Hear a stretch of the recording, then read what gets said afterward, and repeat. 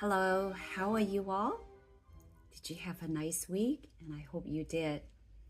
Tonight, before we start the Vesper, I would like to pray for each one of you. May the good Lord watch over you and your family.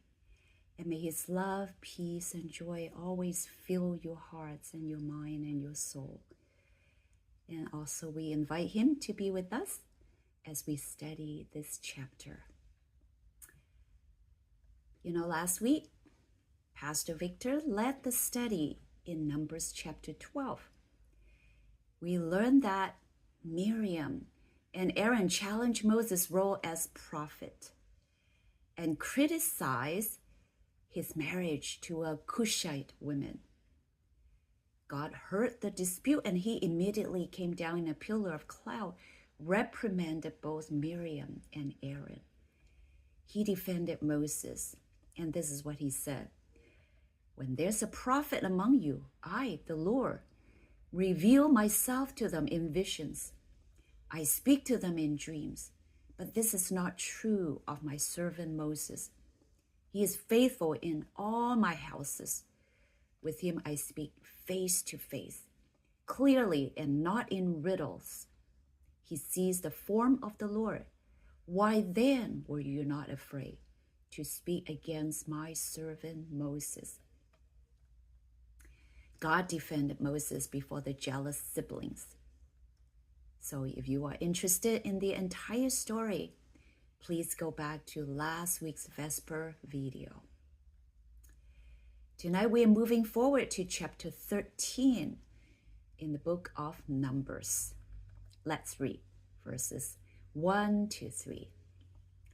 The Lord now said to Moses, "Send out men to explore the land of Canaan, the land I'm giving to the Israelites. Send one leader from each of the 12 ancestral tribes." So Moses did as the Lord commanded him.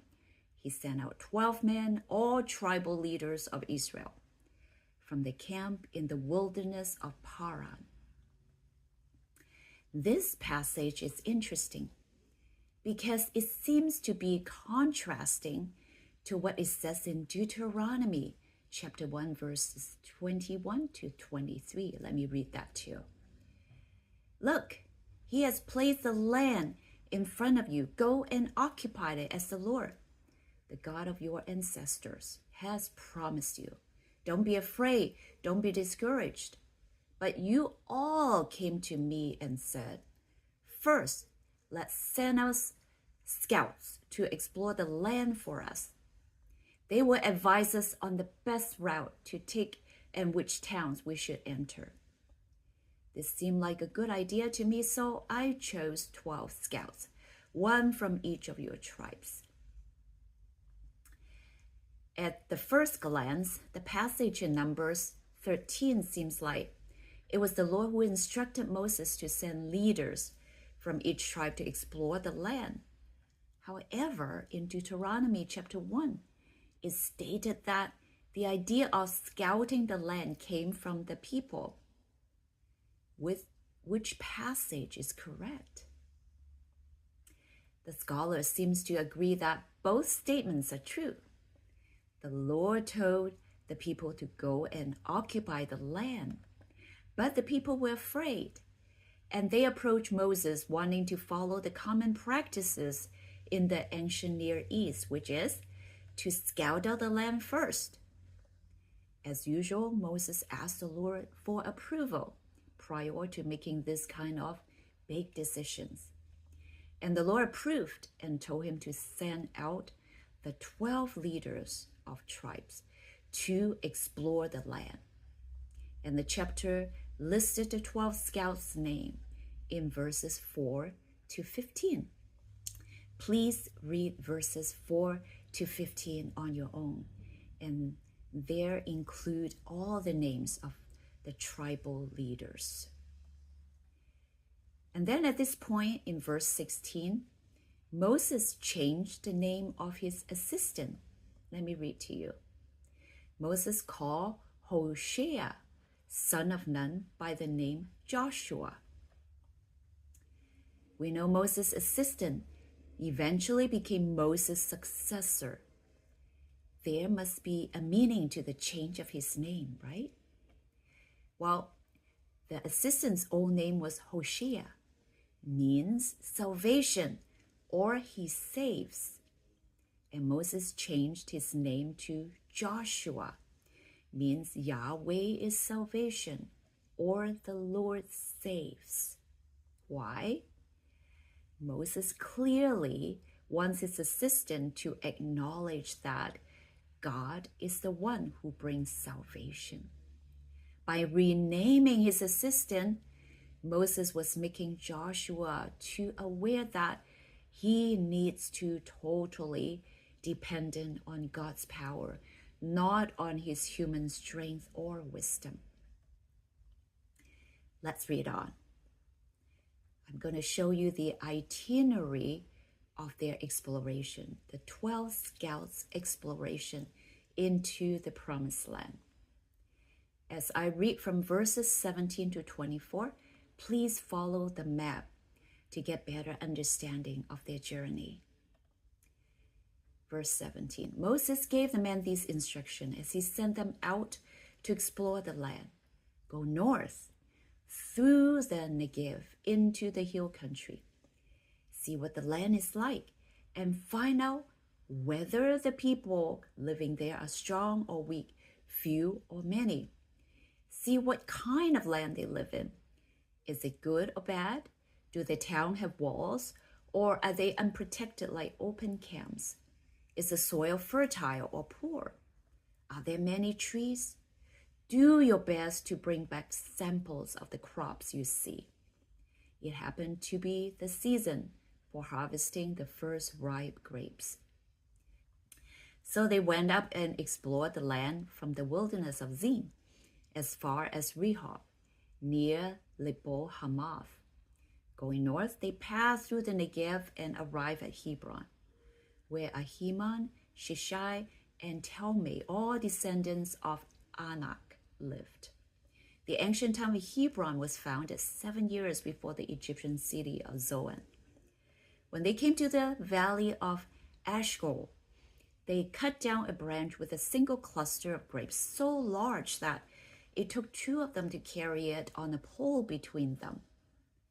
They also brought back samples of the pomegranates and figs. That place was called the Valley of Ashkol, which means cluster, because of the cluster of grapes the Israelite men cut there.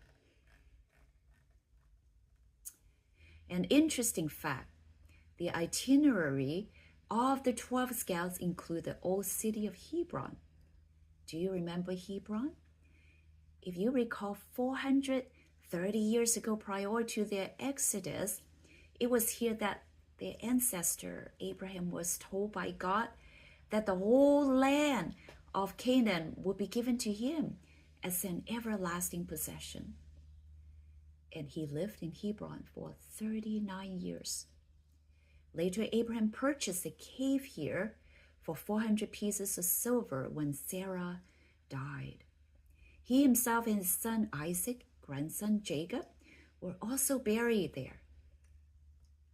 So it is in Hebron where the 12 scouts' ancestors were buried. And it is here that they were exploring. This should have reminded them of God's covenant promise, right? And this memory should have stimulated their faith, right? But did it? Let's read on. Verse 25. After exploring the land for 40 days, the men returned to Moses, Aaron, and the whole community of Israel at Kadesh in the wilderness of Paran. They reported to the whole community what they had seen and showed them the fruit they had taken from the land. This was their report to Moses. We entered the land you sent us to explore, and it is indeed a bountiful country, a land flowing with milk and honey. Here's the kind of fruit it produces. When the tribal leaders returned, they had some exciting news. The land is surely flowing with milk and honey, indicating that it is fertile enriched to the point that it produces giant grapes and pomegranate. It was so big that 2 scouts had to carry 1 cluster of grapes with a pole. Happy ending, right? The entire camp cheered, and they quickly went to claim the land. Unfortunately, that's not what it happened. You see, humans tend to be pessimistic instead of optimistic when facing challenging situations. The Israelites were no different, even though they had experienced amazing miracles, overcoming impossible obstacles like crossing the Red Sea and eating food from heaven. Here, they were afraid. They were fearful.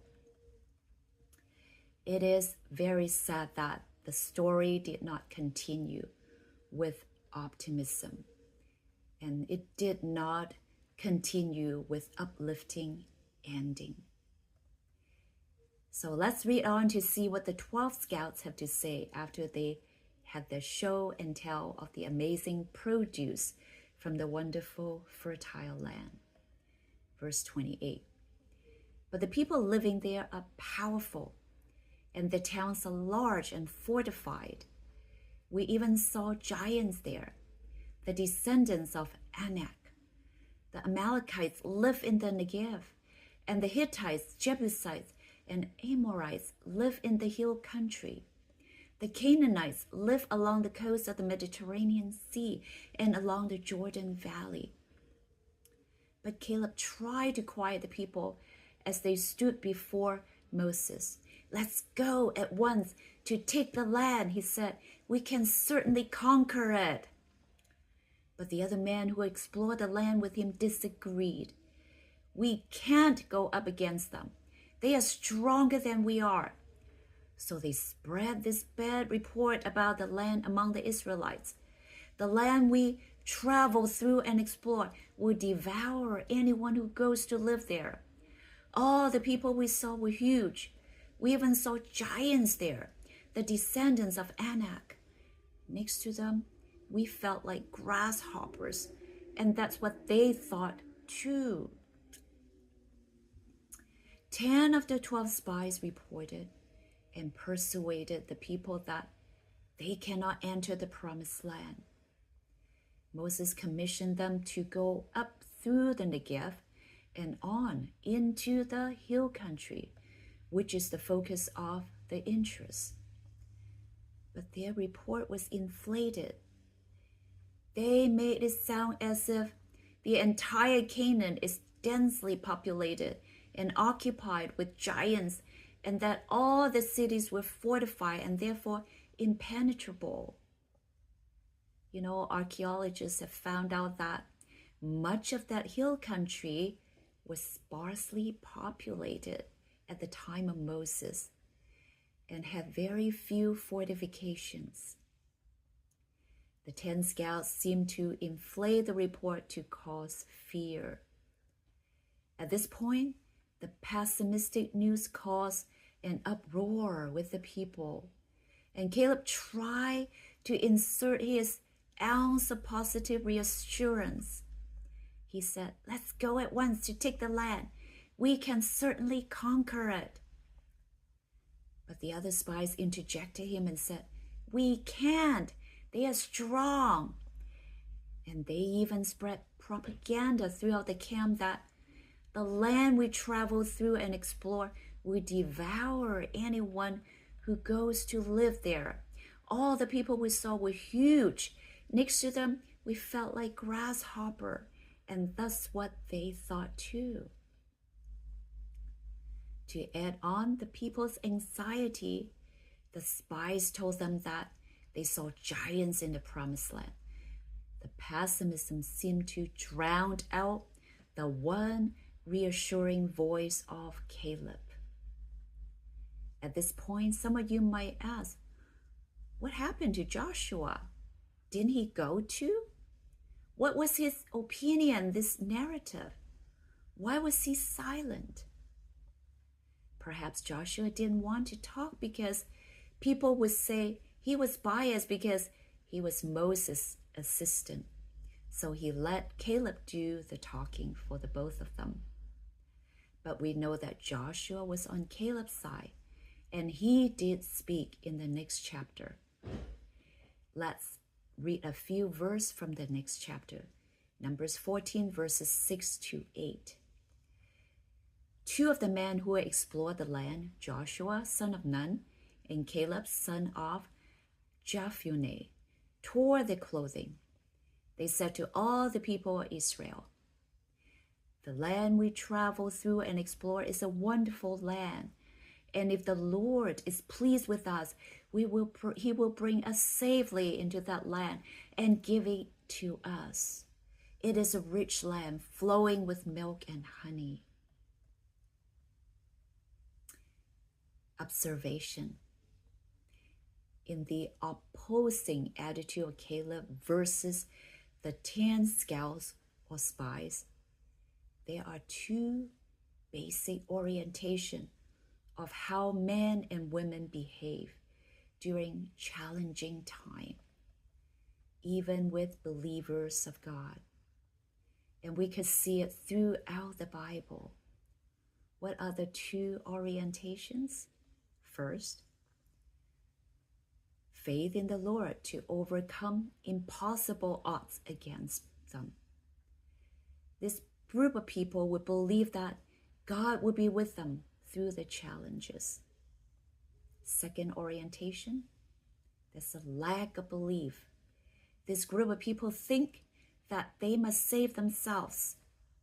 When they think that they are alone, they become fearful, feeling powerless, and focusing on negativity.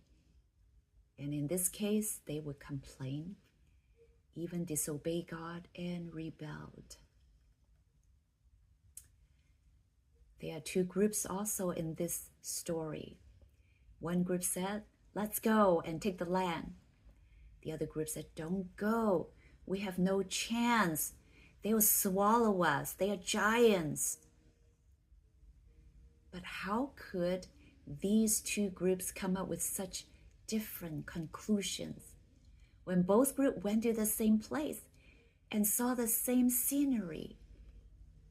The voice of the reassuring two scouts were drowned out by the negative 10 scouts. In turn, the 10 influenced the rest of the people. It seems as if the pessimists triumphed. Why? The answer is not hard to find. The majority of the people completely left God out of the equation. They described the land they toured as the land to which you, Moses, sent us, not the land the Lord is giving us. They saw the size and number of the inhabitants of his cities and concluded by themselves that invading that land was impossible. They thought with such adversaries and their own limited resources, they felt they had no chance of being a contender. Just like the story of Goliath, they looked at the odds stacked against them and saw a task that was too great for ordinary human to tackle. They forgot the Lord, and so they feared their enemies and they blamed Moses. Joshua and Caleb, however, looked at precisely the same fact, but from the perspective of faith. Joshua's very name expresses faith in the Lord. His name at birth was Hoshea, I just mentioned, salvation. But Moses gave him the name Yehoshua or Joshua, the Lord saves, a small shift, but yet a crucial one. Faith in the Lord's presence was what drove Joshua and Caleb's interpretation of facts in front of them. They saw the same warriors as the majority did, and saw the same prospective city walls, and yet concluded that Those pagan nations not only could be but must be defeated. Like David facing Goliath, they saw their opponent according to a true scale. The difference between the majority and the minority reports was simply that the minority included God in their calculation. David saw Goliath not as a giant to be tackled by a small and ill-equipped shepherd boy, but as a wild animal who had reared up against a sovereign Lord and would inevitably face the deadly consequences. So too, Joshua and Caleb saw the inhabitants of Canaan merely as mighty obstacles that God would inevitably overcome, so his purposes could be fulfilled. The Lord who had parted the Red Sea in front of his people would not abandon them now. Giants may seem enormous from the perspective of the little people, but comparing them with the power of the Almighty would minimize them and cut them down to size. If you fear the Lord, you will be free from the fear of your enemies. If you forget God, you will inevitably fear man. The same is also true in our experience. If we simply consider the obstacle that face our church or the difficulty that we face as individuals, it is easy to conclude that we are overmatched and must inevitably fall short and fail. Humanly speaking, that may be an accurate assessment of reality. We have all sometimes felt like grasshoppers surrounded by giants on all sides. Our lives are full of impossible challenges. This is humanly speaking. However, with the eye of faith, we recognize that in this world, reality is not accurately measured whenever we are humanly speaking. This is still God's world in which his word and his promises must ultimately prevail. Let me tell you a true story. David Wilkerson was a small town pastor who felt called by God in the late 1950s to reach gang members in New York City. Everyone warned him that it was too dangerous. He had no money, no support, no connections. But he went anyway. He obeyed God's call and started what became today's Teen Challenge, a powerful Christian rehab and discipleship ministry that it spans the whole globe now. So like Caleb and Joshua, he saw the giants, which are gangs, drugs, violence, but trusted that God was bigger. Today, thousands of lives have been transformed because one man didn't see himself as a grasshopper. What are your challenges? Are you looking at the challenge through the lens of faith? Let me give you a scripture in Proverbs 3, 5, and 6. Trust in the Lord with all your heart and lean not on your own understanding. In all your ways, submit to him, and he will make your path straight. Happy Sabbath.